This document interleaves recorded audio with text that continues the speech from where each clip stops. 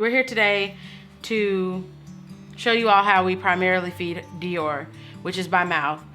Last time we did a video, I showed you guys how we feed her through her G-tube, and we still we utilize that often, but our primary focus is to feed her orally, so that by the time she makes it to kindergarten and first grade, she can sit down with her class and eat with the rest of the group and do things like everybody else does.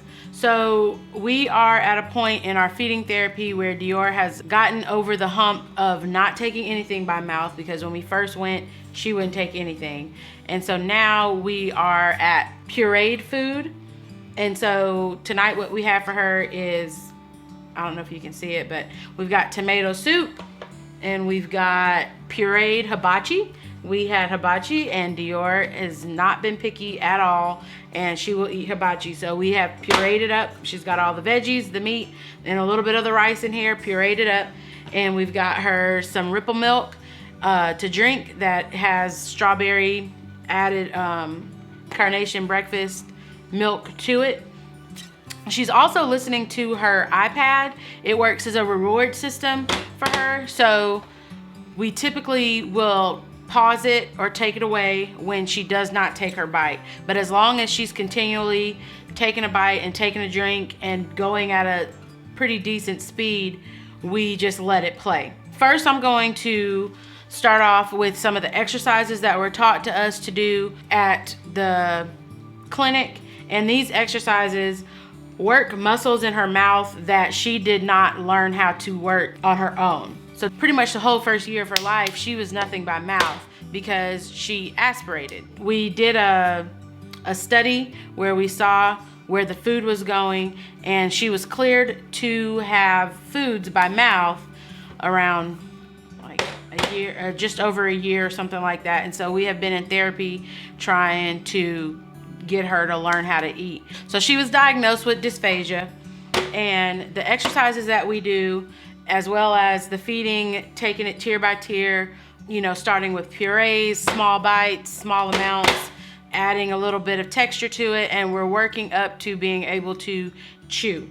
And so tonight, I'm gonna show you the exercises, and then we're going to do some of the chews that we do to kind of help her chomp, essentially, her bite strength, and then we're gonna feed her. So here we go. 1, 2, 3. 1, 2, 3. 2, 3.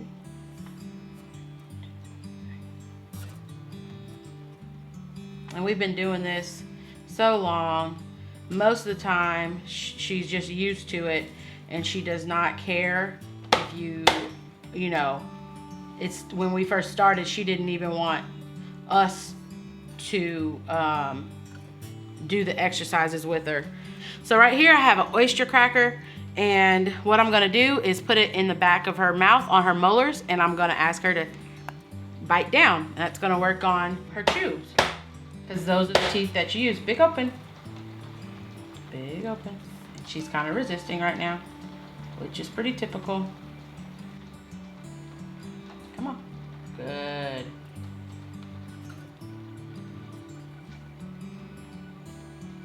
There you go. All right. Take your bite. Chew. 1, 2,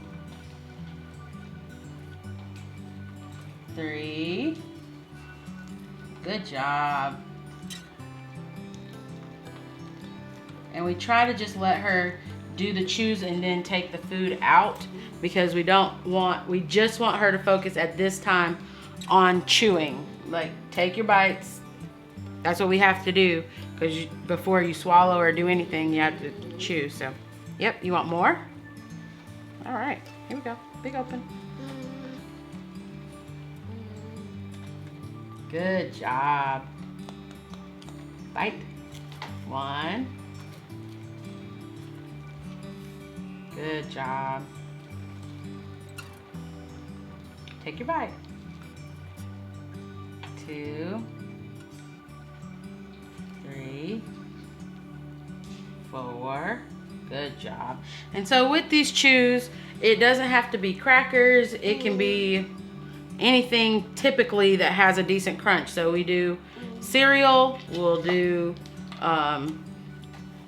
like puff chips, Cheerios, you know, crackers, anything like that that has a good crunch to it will do. So now we've got the timer and we're going to set it for 30 minutes, and that allows us 30 minutes to get our feeding done. Dior's got about 10 ounces worth of food and drink here, and so ideally she will eat it all during this time. If she doesn't, we'll put the rest into her belly via G-tube. Hit start. Good job. And so we do that to where she knows that once it goes off, once she hears the buzzer, that's when it's time to get up. Let's take your bite. No, hands on table. Dior. Hello, friend. Take your bite. Okay. Hands on table. It's normal for her to sometimes resist when we first offer her a bite. Usually you can get the first or second bite in and it's smooth sailing. I have stopped the iPad because she is not taking her bite, and give it long enough. Essentially it's a waiting game. So I'll wait you out, and I'm gonna go ahead and pause the timer as well, because this time does not go into it doesn't factor in. Take your bite. I also know that Dior's hungry. She hasn't eaten since snack time, which is around 3 or 4, and it's like 6:30 now. So I know she's hungry. It's not a thing of I'm not hungry, you know, is your child not eating because they're not hungry. No, she's hungry. It's time to eat. She is doing what Dior does, and she's resisting. So hands on table. Yep, let's take our bite. She also will eat anything. So, and she's eaten this before too.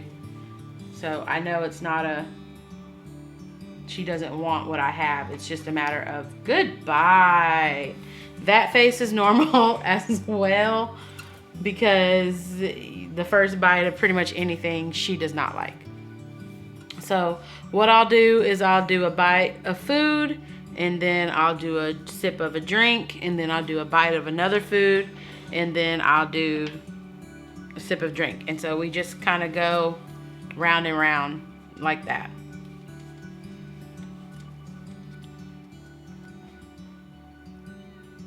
Two, three. Okay, let me have it. She really likes her drink, so I kind of have to get her to let go. This is tomato soup. Good bite.